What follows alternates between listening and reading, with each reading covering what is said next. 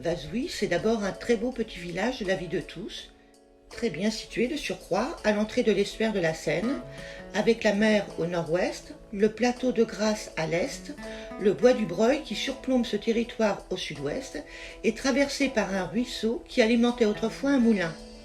C'est certainement pour toutes ces raisons que ce site est peuplé depuis fort longtemps. Le plateau de Grasse aurait pu servir de point d'appui de la défense côtière face à la menace que représentaient les incursions saxonnes au IIIe et IVe siècle après Jésus-Christ. Nous savons toutefois qu'un camp militaire a bel et bien existé sur ce même emplacement au début de la guerre de 7 ans. Nous disposons en effet d'archives et de matériaux pertinents pour notre village depuis 1035. Avant la Révolution de 1789, la seigneurie de Vazouis était un plein fief de Aubert, c'est-à-dire un fief tenu par un chevalier. Plusieurs familles régnèrent sur ce territoire dont les noms de Vazouis seraient composés de deux mots norrois, Oise et Vic, dont le second signifie anse ou baie. Nous eûmes tout d'abord les deux Vazouis jusqu'au milieu du XVIe siècle, les deux Vatemar, les Dumont, les deux Giverville, Nicolas Gamard, le duc d'Orléans et enfin la famille Herval.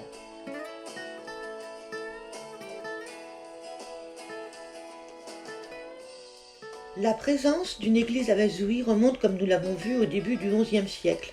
Selon Artem Panier, la construction de la nef remonterait au XIIe siècle. Quant au mur méridional, il fut construit en 1524.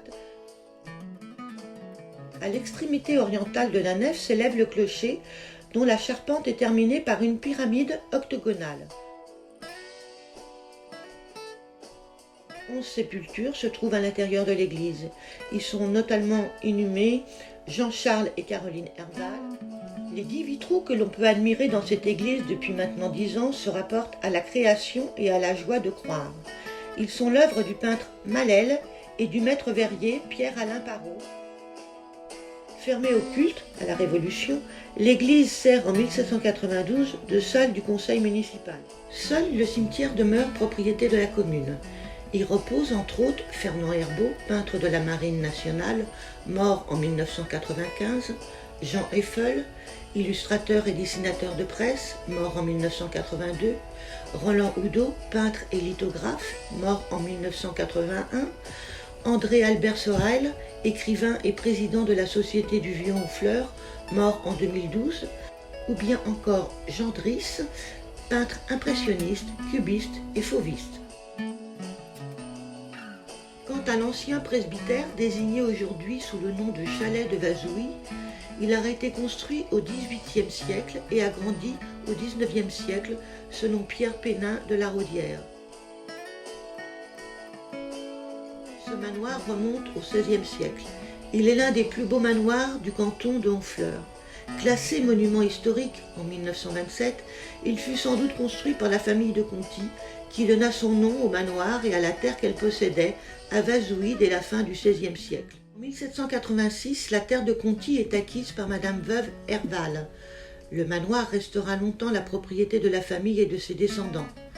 Il sera loué jusque dans les années 1950 à des artistes peintres et musiciens, avant de devenir la propriété du peintre Roland Oudot, puis du spécialiste de l'œuvre de Renoir et fondateur de la revue L'Œil, François Dault. Le domaine du Val-la-Reine s'étend en partie sur Vazouis et en partie sur Équemoville. Le domaine fut constitué tout au long du XVIIe siècle par la famille Moulin. La famille Varin conserva le manoir jusqu'en 2000 et comme vous le savez, elle sera quelques années la propriété de l'acteur Michel Serrault. La Michelière se situe sur le versant ouest de la colline du Haut-Butin et dans le vallon de la rivière de Vazouis. Le domaine de la Michelière doit son nom à Pierre Esnault-Pelleterie, qui a baptisé ainsi sa propriété en 1912. Ce domaine a depuis changé de main à plusieurs reprises, jusqu'à son acquisition par Jean-Louis Scherrer, célèbre couturier parisien. L'accès à la Michelière s'effectue sur la route de Trouville, en face du Clos Saint-Nicolas, ancienne demeure de Michel Berger et de France Gall. On ne peut pas parler du manoir du Parc, édifié en 1923, sans évoquer le souvenir de ses célèbres habitants, Marie-Thérèse Turgis et André-Albert Sorel. Marie-Thérèse Turgis fut de longues années la secrétaire générale dévouée de la Société du Vieux Honfleur. Au cours de la Seconde Guerre mondiale, comme de nombreuses autres femmes, et en premier lieu les religieuses de l'ancien hôpital de Honfleur, Marie-Thérèse Turgis cacha au manoir du Parc un lieutenant anglais, Richard Prout. André-Albert Sorel, quant à lui, acquit de mademoiselle Turgis le manoir du Parc où il demeura jusqu'à sa mort, survenue en 2012. Il est président du Vieux Honfleur en 1988 et le restera jusqu'en 1993.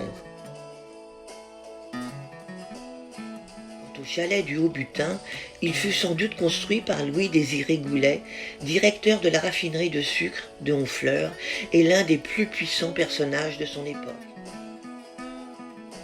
Ancienne pension de famille, elle est propriété avant la guerre de la famille de France.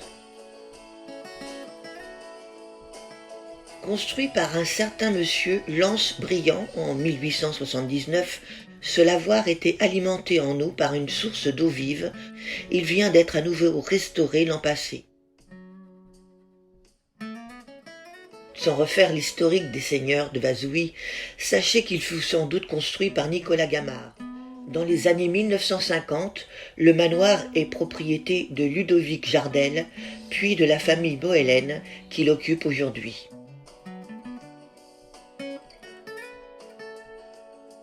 Cette propriété fut longtemps celle de Jean Eiffel, né François le Jeune, le 12 février 1908 à Paris. Il fut un illustrateur et dessinateur de presse prolifique avec plus de 5000 dessins.